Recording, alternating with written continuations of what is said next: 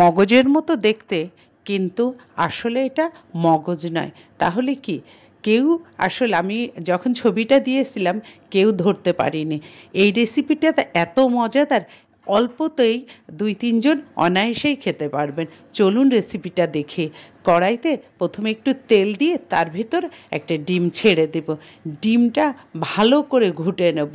ঘুরতে ঘুরতে ঘুরতে যখন ঝুরঝুরি হয়ে যাবে তখন মানে বেশ একটু ভাজা ভাজা করে নিতে হবে।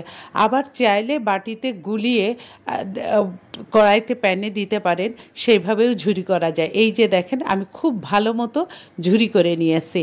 এরপর আরেকটু তেল দিয়ে দেব। তেল দেওয়ার পরে দিয়ে দেব সামান্য পেঁয়াজ। পেঁয়াজটা যখন একটু লালচে হয়ে যাবে তার ভিতর আমি রসুন, জিরা, ধনে আর পেঁয়াজ, সামান্য পেঁয়াজ, আদা এই সব কিছু দিয়ে একটা মশলা করে রাখি, ওইটাই দিয়ে দিছে। আর একটু হলুদ আর ঝাল আপনার ইচ্ছা মতো আমি 1/2 চামচ দিয়েছি। মশলাটা কষানোর জন্য একটু পানি দিয়ে দিব। পানি দিয়ে যখন মশলাটা খুব ভালো করে কষানো হয়ে যাবে, এটার নাম বলে দিই তারপরে আমি ডিম ভুজিয়া 2 চা সেই 2 চা চামচ করে আমি কোনো সাকিনি পানি সহই দিয়ে দিলাম। এইটাই ঝোলের কাজ করবে। অথবা ডিমের ঝোলটা যখন একদম ফুটে উঠবে তখন ডিমের ঝুরিগুলো দিয়ে দেব। ডিমের ঝুরিগুলো দিয়ে খুব ভালোভাবে নাড়তে থাকবো, মানে একদম মিশে যাবে।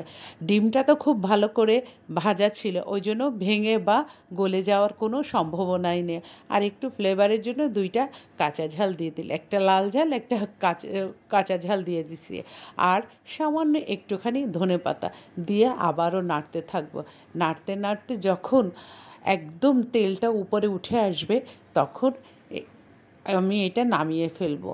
আর দেখেন এইটা মশলাটার মানে এত সুঘ্রাণ ছড়াচ্ছিল এই ভাজা ভাজা হওয়াতে, মানে কি আর বলবো। আমি এইটা আগে কখনো বানাই